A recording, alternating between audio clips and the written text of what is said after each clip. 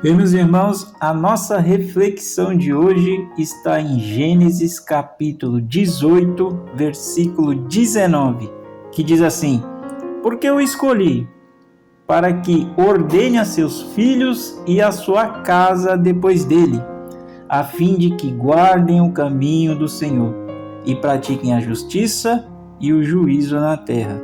Só até aqui.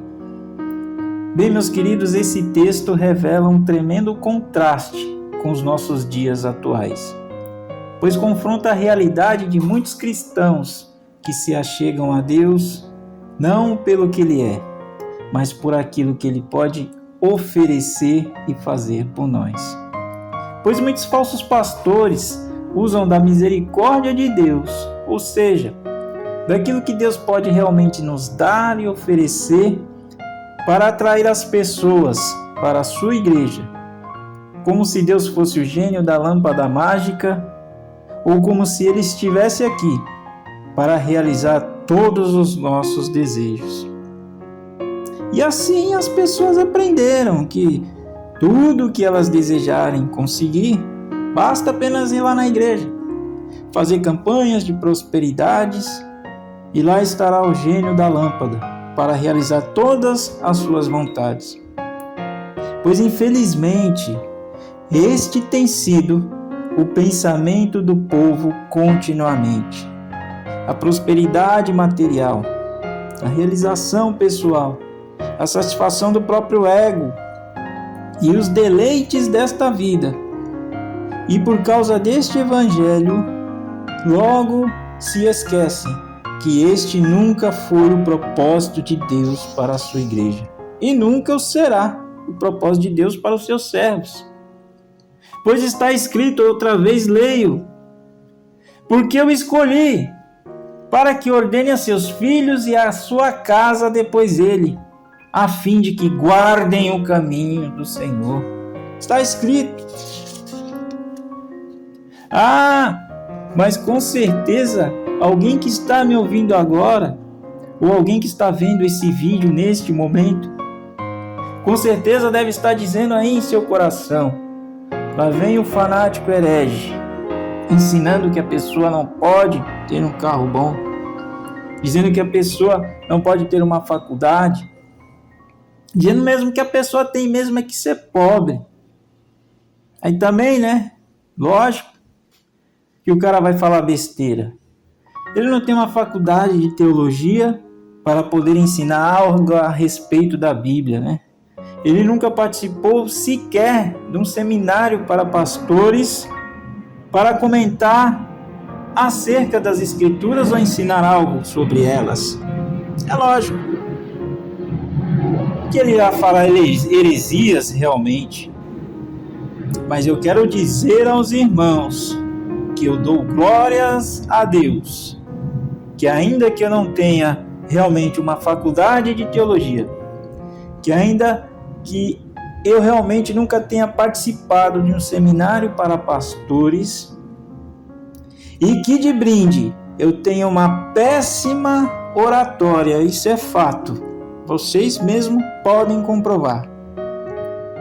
Eu quero dizer aos irmãos que mesmo assim eu dou glórias a Deus, porque ainda que eu não tenha nenhuma destas habilidades, todavia eu tenho o Espírito Santo de Deus para me ensinar e ministrar o que eu devo dizer e como eu devo falar. Aleluias, conforme Mateus 10:19, a promessa do Espírito. Glórias a Deus. Pois não é, irmãos, o diploma que faz boa teologia, mas é o Espírito de Deus que nos revela a verdade de uma teologia pura. Então sabei por isto, meus queridos e amados irmãos, saiba que não é pecado você estudar, não é pecado você prosperar, não é pecado você buscar as coisas boas desta vida, mas é pecado sim você pôr o reino de Deus em segundo, em quinto, em centésimo plano. É pecado sim você buscar mais as coisas desta vida do que os próprios caminhos do Senhor. pois para isso fomos chamados, para guardar o caminho do Senhor em primeiro lugar. Gênesis 18, 19. E quantas vezes nós não estamos atribulados com os nossos próprios interesses? Quantas vezes nós estamos focados em nosso próprio objetivo, em nosso próprio trabalho, em nossa própria família, com os nossos próprios bens materiais, e nos esquecemos de buscar o caminho do Senhor. E nos desviamos do propósito daquilo que Deus nos chamou como cristãos. Quantas vezes, ainda vou mais além, quantas vezes você deixou de ler um livro acadêmico ou de ver uma pesquisa relacionada a um determinado assunto ou até relacionado à sua profissão para ler a Bíblia, para estudar a fundo as Escrituras? Eu gosto de salientar que a Bíblia não é um livro para ser lido.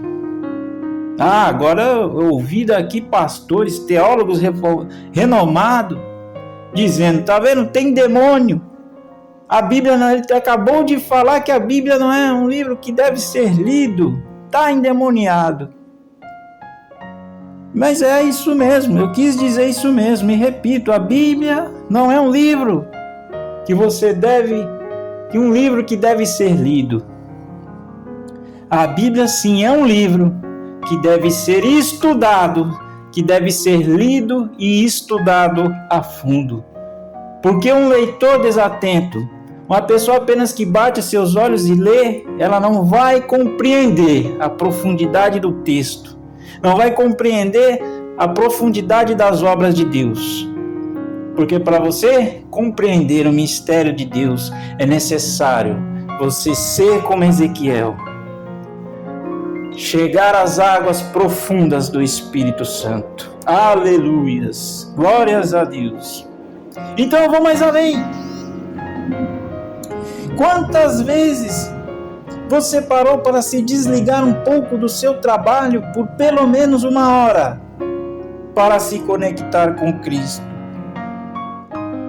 Ou ainda mais, quantas vezes você cristão, você que se diz cristão, foi à igreja esta semana para tratar da vontade do Pai e não da sua própria vontade? Oh, aleluias! E infelizmente é isto que muitos têm feito. Deixam o reino de Deus em segundo plano e só buscam a Deus em prol de sua própria ganância. E uns participam de campanhas de prosperidade, e outros doam seus bens materiais, vende sua casa, vende seu carro para dar à igreja, com o intuito de receber em dobro das mãos do Senhor.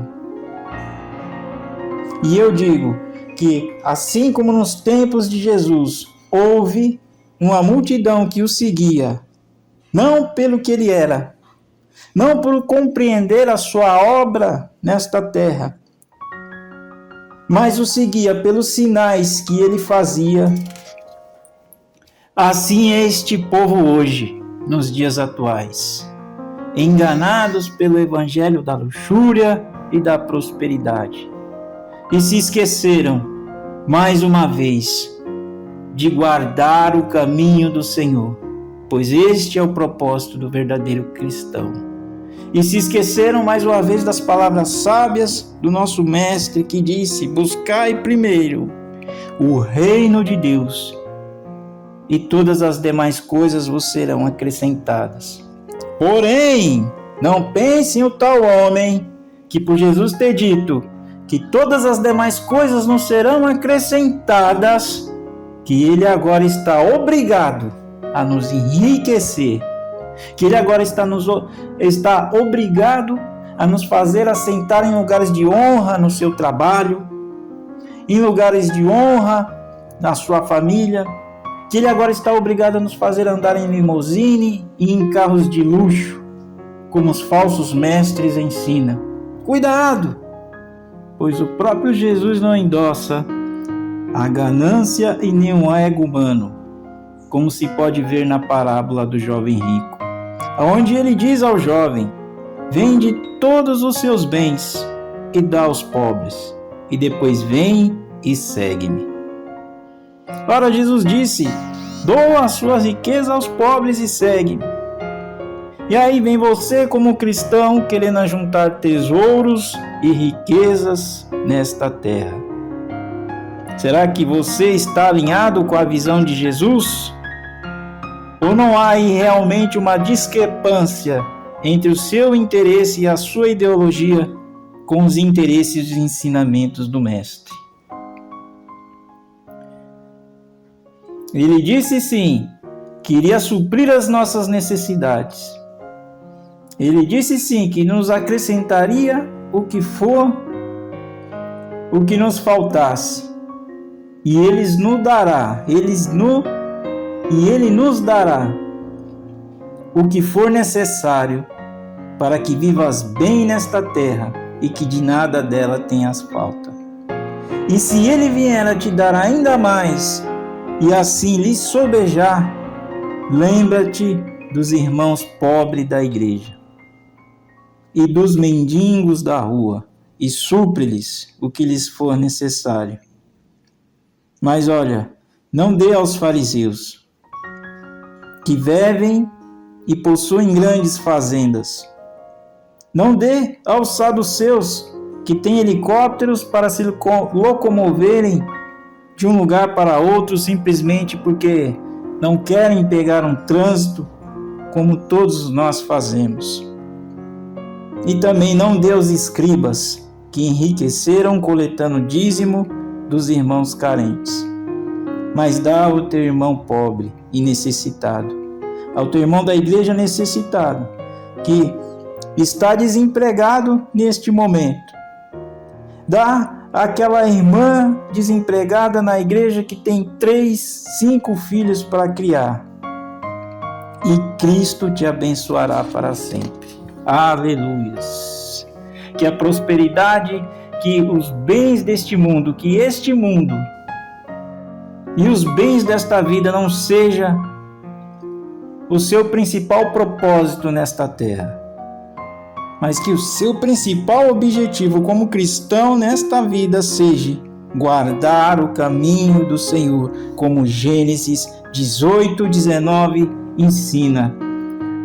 Pois como filhos legítimos de Abraão que somos, por adoção em Cristo, para isso fomos chamados. Ei, nós somos filhos de Abraão, pela adoção em Cristo.